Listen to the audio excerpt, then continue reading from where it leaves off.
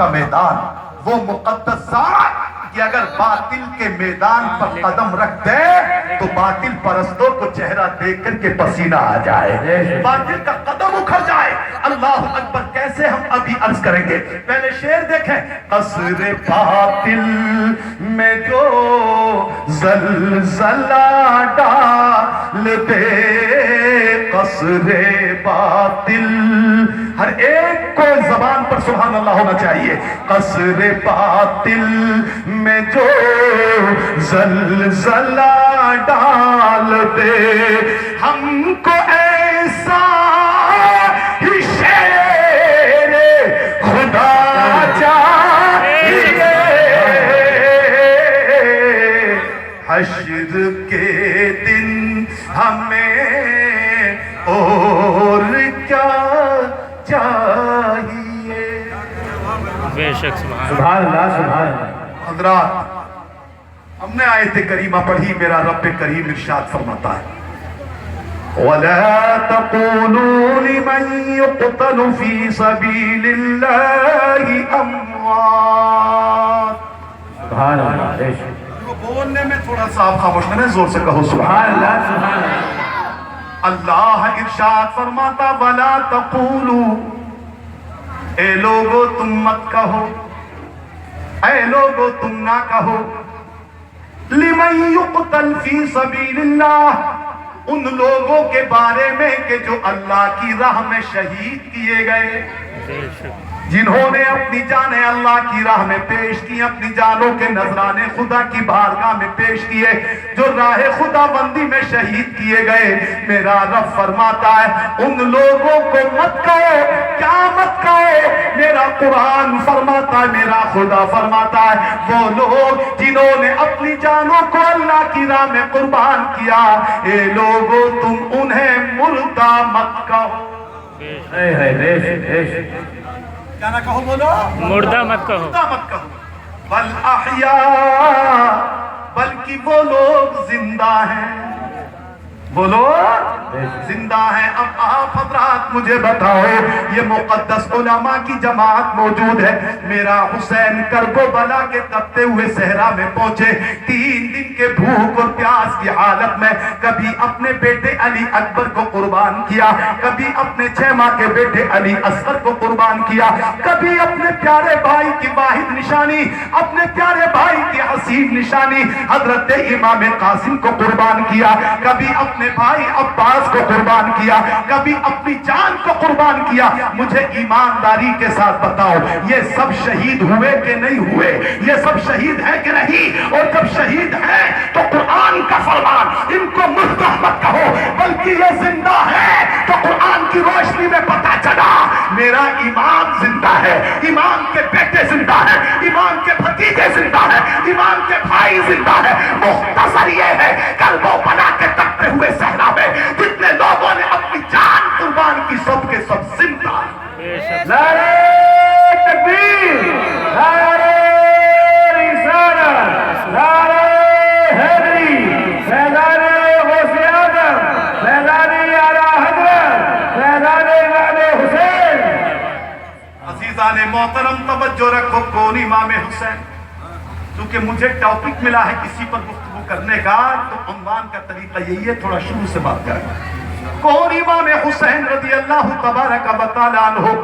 اللہ اللہ، آؤ مسلمانوں تاریخ کو پڑھو، اہل بیت اطہار کو دیکھو۔ پہلے میرے رسول کریم صلی اللہ علیہ وسلم کی بارگاہ میں عیسائیوں کا ایک وفد آیا ہے، عیسائیوں کی ایک جماعت میرے آقا کی بارگاہ میں حاضر ہوئی۔ بہت مختصر طور پر بات کو عرض کر کے آگے بڑھوں۔ آگے عیسائی لوگ، آپ جانتے ہیں کہ جن کا ناپاک عقیدہ یہ ہے، ان کا باطل عقیدہ یہ ہے کہ حضرت عیسیٰ اللہ کے بیٹے ہیں۔ سب بولو مل کر کے معاذ اللہ، سب بولو معاذ اللہ، کیونکہ ان کا یہ عقیدہ ہے۔ ہمارے نزدیک یہ عقیدہ بالکل کفری عقیدہ ہے، چونکہ اللہ فرماتا ہے اللہ الصمد لم یلد ولم یولد ولم یکن لہ کفوا احد۔ اللہ بے نیاز ہے، اللہ ایک ہے، اللہ نے نہ کسی کو جنا ہے، نہ اللہ کو کسی نے جنا ہے، نہ اللہ کی کوئی ماں ہے، نہ اللہ کا کوئی باپ ہے، نہ اللہ کا کوئی بیٹا ہے، نہ اللہ کی کوئی بیٹی ہے، اللہ بے نیاز ہے، اللہ تنہا۔ مگر قرآن کے اس بیان کردہ عقیدے کے خلاف آج عیسائیوں کا عقیدہ یہ ہے کہ اللہ کے بیٹے ہیں کون؟ حضرت عیسیٰ۔ میرے سرکار کی بارگاہ میں حاضر ہو گئے، اللہ کے رسول سے گفتگو کر رہے ہیں، حضرت عیسیٰ کے بارے میں بولے، اے محمد ابن عبداللہ ذرا تم بتاؤ تو صحیح عیسیٰ کے بارے میں عقیدہ کیا رکھتے ہو، عیسیٰ کو کیا کہتے ہو، عیسیٰ کو کیا مانتے ہو؟